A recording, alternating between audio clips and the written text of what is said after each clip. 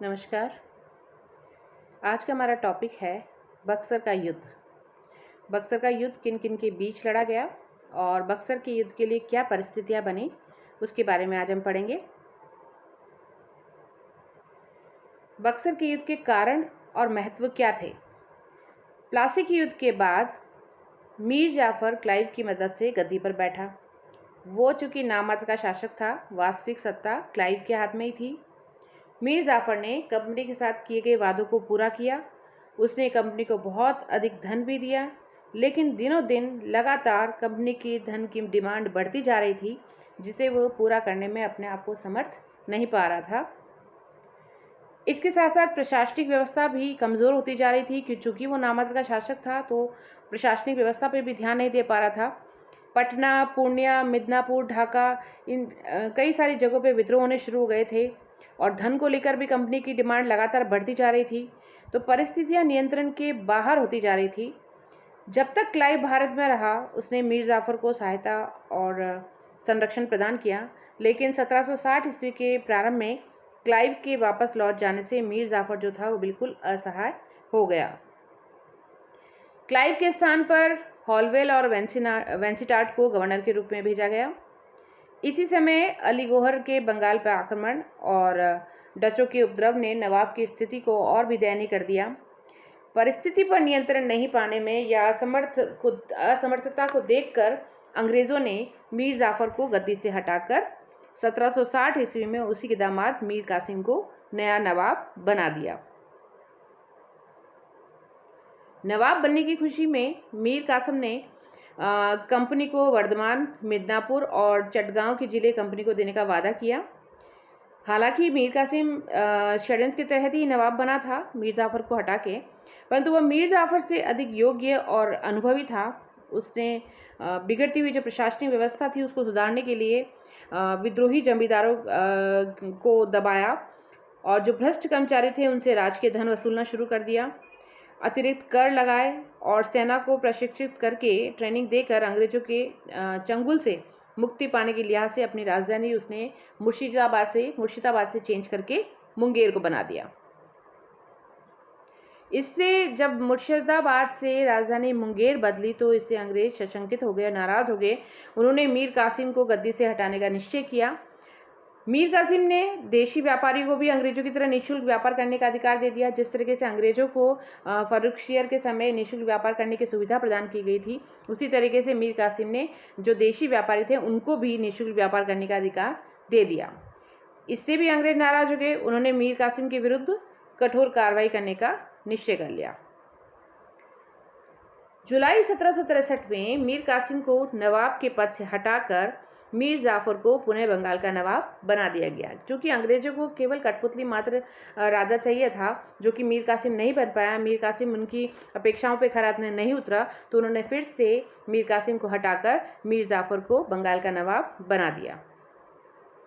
Major Adamson ने अगस्त 1763 ईस्वी में मीर कासिम को कटवाहा, गिरिया और मुर्शिदाबाद इन स्थानों पर पराजित किया और अंत में उदयनाला के युद्ध में मीर कासिम की बुरी तरह हार हुई और वो फिर पटना की ओर भाग गया। पटना पहुंचकर उसने 148 अंग्रेज बंदियों को गंगा में डुबोकर मरवा दिया। 148 अंग्रेजों को बंदी बनाकर गंगा में डुबोकर मरवा दिया। अपनी इस हार का बदला उसने पटना हत्याकांड के द्वारा लिया। ये इतिहास में ये घटना पटना हत्याकांड के नाम से जानी जाती है। परंतु जो मेजर एडम्स थे उनके हाथों पराजित होकर वो भागकर अवध के नवाब शुजाउद्दौला के पास चला गया। मीर जाफर ने बंगाल की गद्दी पर बैठते ही अंग्रेजों को पुरानी सुविधाएं और जो विशेष अधिकार थे वो फिर से सौंप दिए। और इधर मीर कासिम ने अवध के नवाब जो शुजाउद्दौला थे और मुगल सम्राट शाह आलम जो कि उस समय अवध में ही था, उससे सहायता की याचना की। अब इन तीनों की सम्मिलित सेना ने अंग्रेजों को सबक सिखाने का निश्चय किया। तीनों ने मिलकर बिहार की तरफ प्रस्थान किया और 23 अक्टूबर 1764 ईस्वी को बक्सर के पास युद्ध हुआ। यह युद्ध मेजर हेक्टर के नेतृत्व में लड़ा गया। शुजाउद्दौला, शाह आलम और मीर कासिम की जो सम्मिलित सेना थी उनकी हार हुई, इसमें अंग्रेजों की जीत हुई और इस युद्ध में पराजित होकर मीर कासिम और जो अवध का नवाब था शुजाउद्दौला, वो तो वहाँ से चले गए और लेकिन शाह आलम ने बाद में अंग्रेजों से संधि कर ली। जो मुगल सम्राट शाह आलम था उसने अंग्रेजों से संधि कर ली। बक्सर के युद्ध का महत्व क्या था, क्या परिणाम निकला? इतिहासकार मेलिसन कहते हैं कि जो बक्सर का युद्ध है वो सबसे अधिक निर्णायक युद्ध था। बक्सर के युद्ध में विजय प्राप्त करने के बाद बंगाल पर अंग्रेजों का पूर्ण आधिपत्य स्थापित हो गया।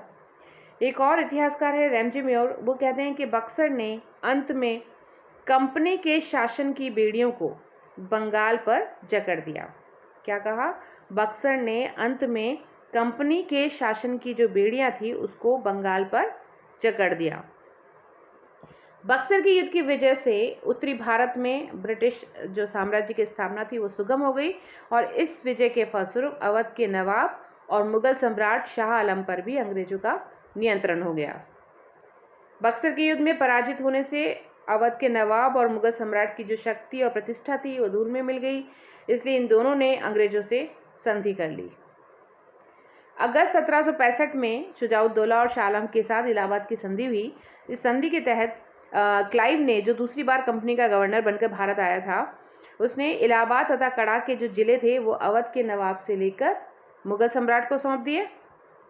अंग्रेजों ने सम्राट को 26 लाख रुपए वार्षिक पेंशन देना स्वीकार किया और इसके बदले में मुगल सम्राट ने कंपनी को बंगाल, बिहार और उड़ीसा की दीवानी जो थी वो स्थायी रूप से सौंप दी। और शुजाउद्दौला को युद्ध की क्षतिपूर्ति के लिए, जो अवध का नवाब था शुजाउद्दौला, उसको युद्ध की क्षतिपूर्ति के लिए कंपनी को बहुत अधिक धन देना पड़ा। उसी कंपनी के साथ अनाक्रामक और रक्षात्मक संधि भी करनी पड़ी। इस संधि के द्वारा बिना किसी उत्तरदायित्व के ब्रिटिश कंपनी ने सम्राट के राज्य को अपने अधिकार में ले लिया और अब कंपनी जो थी वो एक व्यापारिक संस्था न रह के वरन एक समृद्ध राजनीतिक संस्था बन गई। बक्सर का युद्ध अंग्रेजों के लिए बहुत लाभदायक सिद्ध हुआ और इस युद्ध ने ही ब्रिटिश शक्ति में विस्तार किया।